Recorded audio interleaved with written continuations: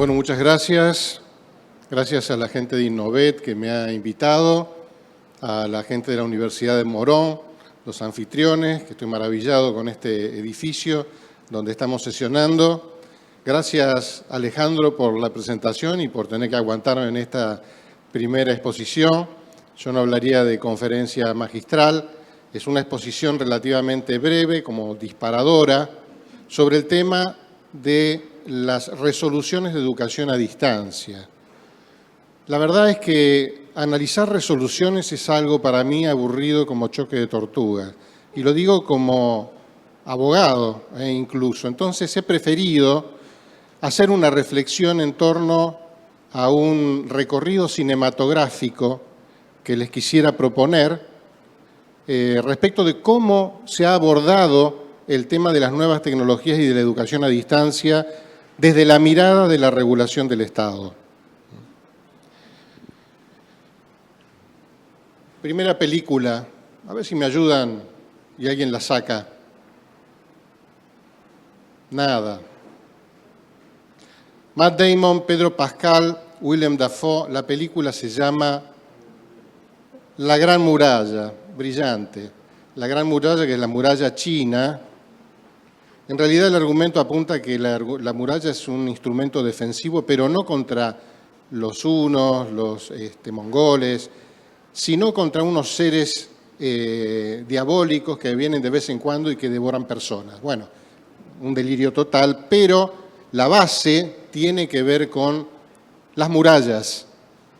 Y esto tiene que ver con la territorialidad, sin la cual no podemos hablar de educación a distancia, y de la presencialidad. ¿Cómo se abordó el tema de la territorialidad y la presencialidad en el pasado, actualmente vigente? Con un sistema de murallas. Ahí está la muralla de Ávila, que la recomiendo a los que puedan viajar a España, la Gran Muralla China abajo, el muro de Adriano y nuestra versión vernácula, la zanja de Alsina, que funcionó en la provincia de Buenos Aires. Bastante berreta, pero cumplió su función. La lógica de la territorialidad era que ninguna universidad se mete en el territorio de otra. ¿Cómo se hizo esto cuando las universidades empezaron a cruzar fronteras? Se hizo mediante un decreto, el decreto 1047 del 99, que decía que si una universidad quería salir de su frontera tenía que pedir una autorización al Consejo de Universidades, que era más o menos como conseguir una bula papal, lo cual intentaba desalentar la presencia fuera de la jurisdicción, cosa que no ocurrió, porque en la práctica las universidades simplemente no cumplían las restricciones y se instalaban igual. Ya la educación a distancia existía desde un año antes, ahora vamos a ver eso, pero lo cierto es que era muy incipiente. Todavía el impacto de las nuevas tecnologías no se percibía. Incluso parte de la oferta a distancia era mediante libros o textos impresos. Segunda película. Jurassic Park 1, porque la saga es larga. El protagonista principal es el de los dinosaurios, pero trabajan Sam Neill y otros actores importantes. Lo importante acá es el director. ¿Qué quiero representar?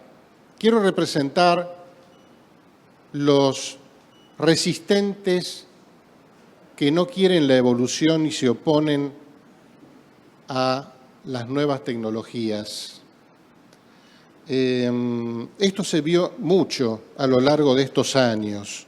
Gente que tiene mucho prejuicio y que expresa el prejuicio con una sobreabundancia regulatoria. Fíjense lo que dice, esto pasa algunos años después, pero la resistencia es prolongada y dura hasta hoy. ¿Qué es la respuesta pública frente a las nuevas tecnologías? Un sistema estricto de control. No la pueden negar porque es de una presencia y una evidencia muy importante. Ahora tengo otra película para expresar eso.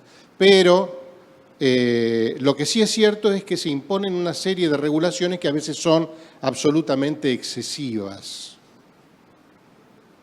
Esto es de la CRES 2008, la de Cartagena.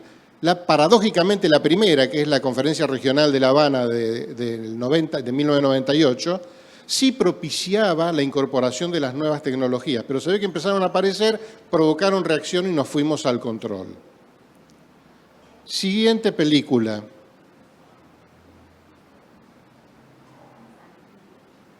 Atrápame si puedes.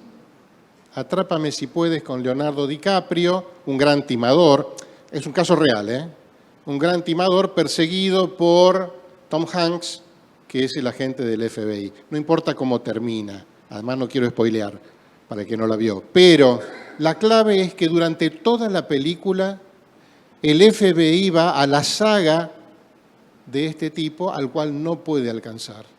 Y es lo que nos pasó con las nuevas tecnologías y la regulación. La regulación siempre fue a la saga, siempre fue por detrás. Nunca logró el pensamiento estratégico. El pensamiento estratégico es anticipación.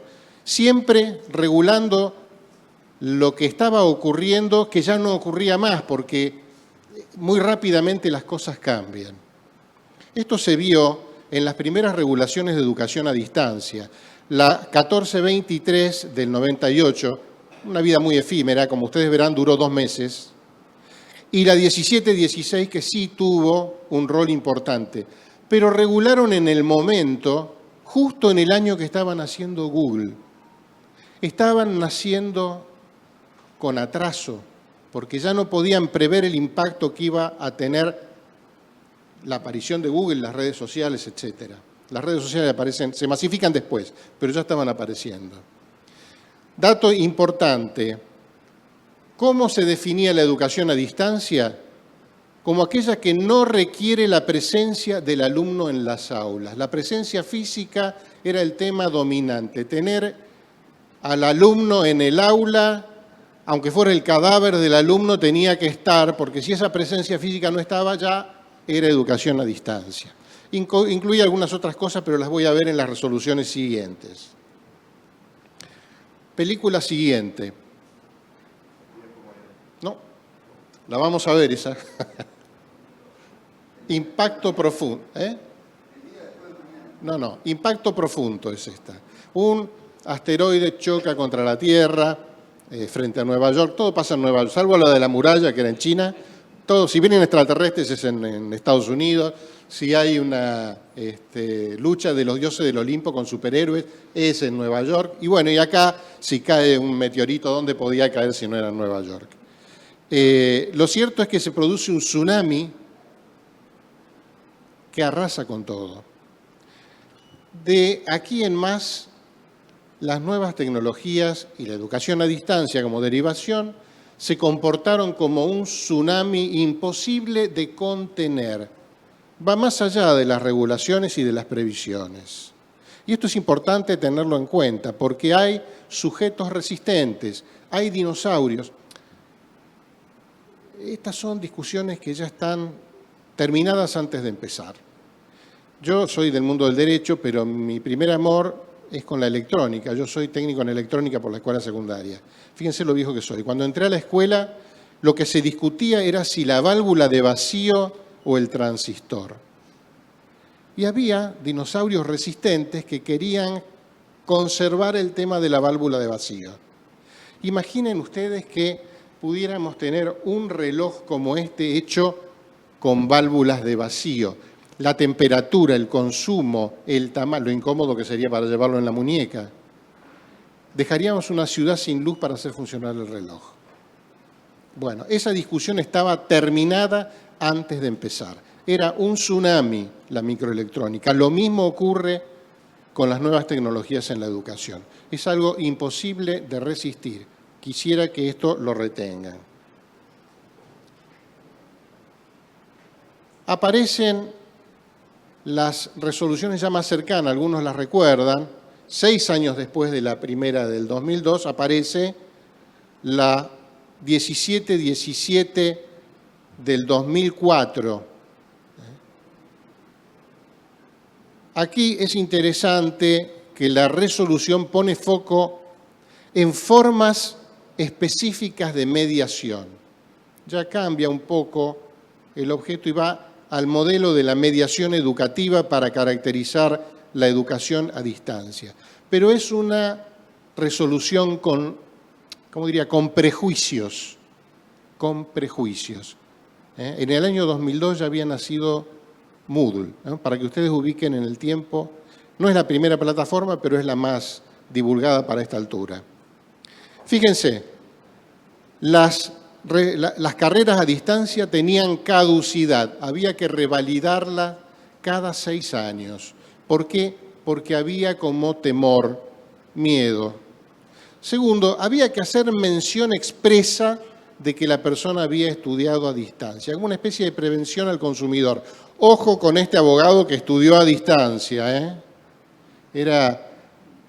había que poner, puesto que ha terminado de cursar la carrera de abogacía, modalidad a distancia. Incluso algunas universidades fueron más lejos, lo ponían en el título.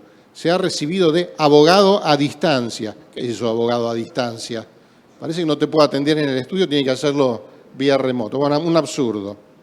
Y además, esta resolución provocó problemas con la CONEAU. Las carreras del artículo 43 no se podían acreditar porque la CONEAU decía que no tenía estándares específicos. Un tema discutible, pero bueno, así funcionó. Pongo el acento sobre la aparición de la Ley 26.206 del año 2006. Esta ley es importante porque da una definición nueva de educación a distancia, no aplicable a las universidades, pero que inspiró la nueva resolución que vamos a ver después sobre educación a distancia. Dice, es la opción pedagógica y didáctica donde la relación docente-alumno se encuentra separada en el tiempo y o en el espacio. Bastaba que una de estas dos condiciones estuviera presente para que estuviéramos hablando de educación a distancia. Subrayo el I-O. El tsunami se expresó no solo en la evolución de la tecnología, sino en la evolución de la matrícula de educación a distancia. Fíjense que entre 2012 y 2022, la matrícula de educación a distancia creció el 106%,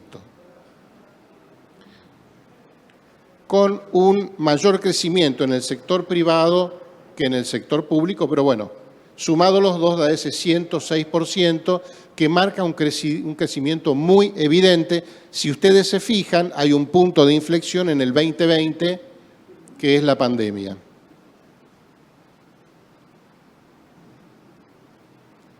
Siguiente película.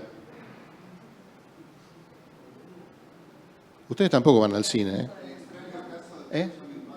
El extraño caso de Benjamin Button, con Brad Pitt, bastante diferente de lo que se lo suele ver. ¿Cuál es el argumento central de la película?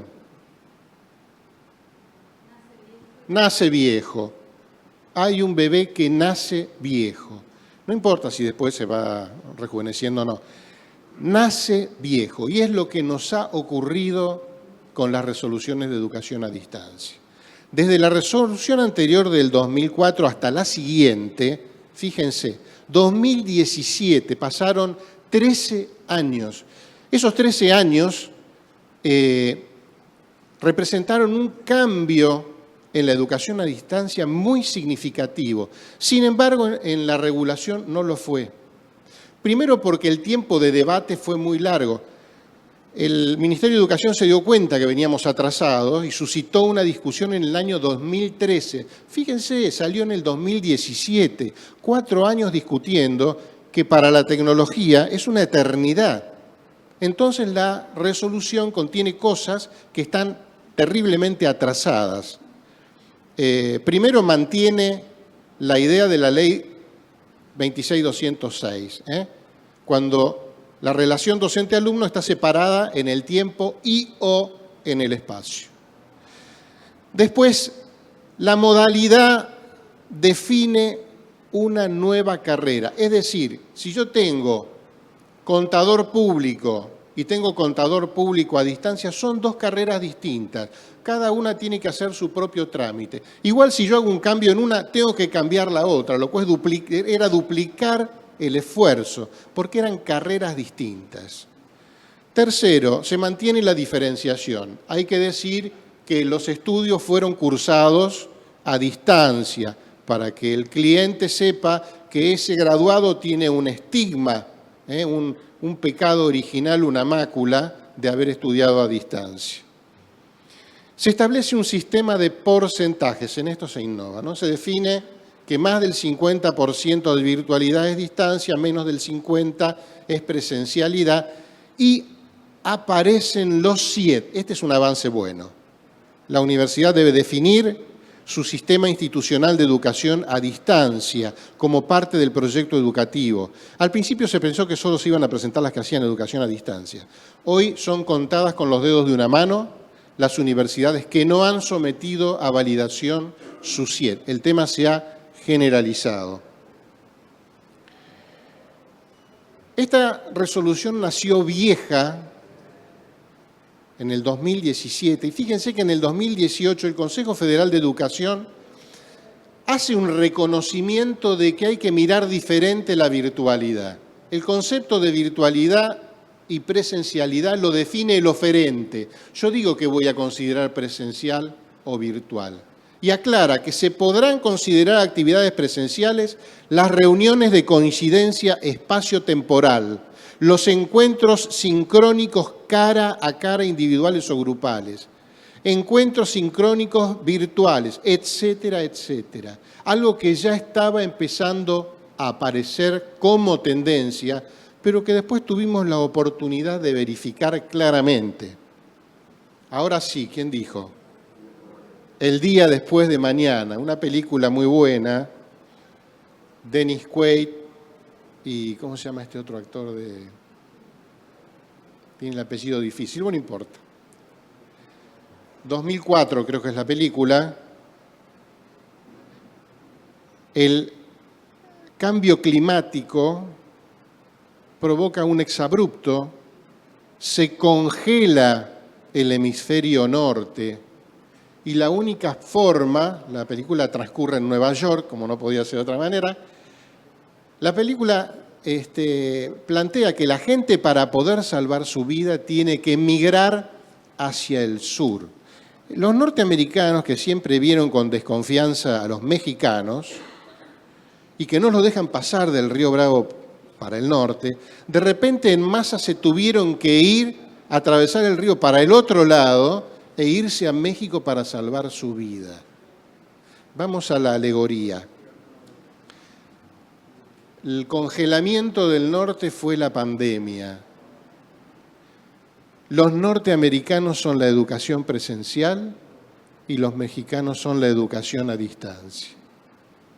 De repente, para salvar la educación, por la pandemia, toda la educación en masa tuvo que migrar a la educación virtual. Y ahí descubrieron que no era tan... Los norteamericanos descubrieron que los mexicanos no eran tan malas personas y que tenían valores y cosas que podían aportar. Y además no podían hablar mal de los mexicanos porque estaban en México. Y ahora todos teníamos que justificar que la educación a distancia era buena. Es más, hubo conversos. Hubo gente que descubrió la educación a distancia y como toda conversión algunos se hicieron fundamentalistas. Vieron que los que pasan de comunistas a liberales se vuelven medio fanáticos, los que pasan de ateos a religiosos, los fumadores a no fumadores, por ahí se pasan de rosca. Bueno, apareció ese fenómeno extraño de hiperdefensa de la educación a distancia. ¿Pero por qué? Porque fue la tabla de salvación y porque todos la tuvieron que utilizar. Y eso disparó una serie de modificaciones que nos lleva a la resolución actual, la 2599 del 23, una resolución que hay que decir salió un poquito a los apurones 20 días antes de que se terminara el gobierno anterior. el objetivo era bueno, requirió un poco más de debate. Por eso va a ser seguramente revisada, como ya fue revisada la de los créditos académicos y la de los sistemas internos de calidad, porque quedaban cosas pendientes y la redacción fue a trazo gordo, con brocha gorda. Primero, se cambia el paradigma de educación a distancia. Aquí hay un antecedente interesante de la CONEAU. La CONEAU sacó un documento para poder oficializar un poco cosas que estaban ocurriendo. Por ejemplo, la hibridez o el uso de videoconferencias, Zoom y ese tipo de cosas como herramienta habitual en carreras que eran presenciales. Y ellos dijeron, bueno, esto no lo podemos ignorar. Igual con una cantidad de regulaciones impresionante, porque el apetito regulador siempre está presente, ¿no? Y se quiere parar el tsunami con una mano. Pero de cualquier manera fue un avance. Y eso se trató de dejar en esta resolución. Primero, se redefinió la relación docente-estudiante, se encuentra separada en el tiempo y en el espacio, no y o. Entonces, lo que antes era disyuntivo ahora es copulativo y requiere que las dos circunstancias de separación estén al mismo tiempo. ¿Qué quiere decir esto? Que si yo tengo separación en el espacio, pero es sincrónico, bajo ciertas circunstancias, lo puedo considerar como presencial. Eso es presencialidad mediada por tecnología.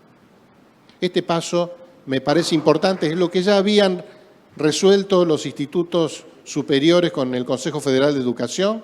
Bueno, ahora quedó oficializado. Otra virtud, se unifican las carreras. Esto de tener una carrera para presencial y otra carrera a distancia, cuando tienen el mismo plan de estudio, los mismos docentes, no tiene sentido.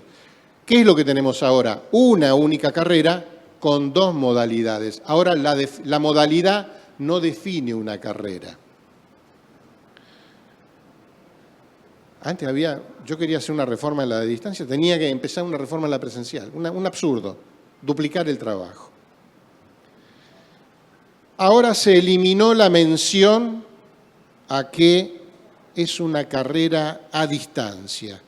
No se dice ya más en el texto del título, se eliminó el estigma, porque realmente era una discriminación absurda. Y se agregó otra cláusula donde expresamente se dice: las actividades académicas sincrónicas mediadas con tecnología de videoconferencia o similares se considerarán como actividad presencial, siempre que se garantice interacción y disponibilidad a los estudiantes. Yo simplifiqué con eso que está entre paréntesis, pero hay una reglamentación larguísima, incumplible, sobre todo lo que hay que hacer para que se considere presencialidad. Igual es un avance, lo considero un avance importante. Pero aparecieron los resistentes. No, pero entonces uno va a poder recibirse de una carrera supuestamente presencial sin haber pisado el suelo territorial de la universidad. Entonces se puso una restricción, que es el último párrafo: la sumatoria de horas dictadas a distancia y las horas presenciales sincrónicas no podrán exceder el 75% de la carga horaria del plan de estudios. Solo se ha dicho en otras palabras, solo se admite como presencialidad el 25% de la actividad virtual sincrónica. Muy bien. ¿Qué película es esta? 2. Jurassic Park 2, la que van a rescatar el nene que estaba en el... Bueno, ponele, la podemos discutir. Igual la saga es larga, es lo que quiero decir. Siempre están presentes los dinosaurios. Siempre están presentes los dinosaurios que mantienen el prejuicio y el apetito regulador sobre la educación a distancia. De eso hay que cuidarse porque el tema es complejo. Los cambios culturales van mucho más rápido que los cambios normativos. Por lo cual hay una tarea, no diría de lucha, pero sí de clarificación de lo que ha representado las nuevas tecnologías para la educación superior. Ha permitido llevar educación a lugares donde era inimaginable que se pudieran llegar. Ha expandido la matrícula. Por lo cual, bueno, hay que tratar de ir evangelizando en esto de las nuevas tecnologías y de la educación a distancia. Los dejo con esta otra película. ¿Alguien la recuerda? Her, peliculón. Un drama romántico, paradójico, con una muy buena actuación de Joaquín Phoenix y Scarlett Johansson en la voz de la inteligencia artificial. La inteligencia artificial hace su ingreso. No voy a hablar de ese tema porque ya hay otros que se dedican a esto, pero sí quiero decir que en la educación, más allá de las nuevas tecnologías, hay que esforzarse por preservar lo humano. Si no, caemos en riesgos como el de esta película, donde nos terminamos enamorando de la nueva tecnología. Lo humano debe estar presente. Vamos a dar un fuerte aplauso a Juan Carlos Mena, primer disertante de Innovet 2024 en la Universidad de Morón.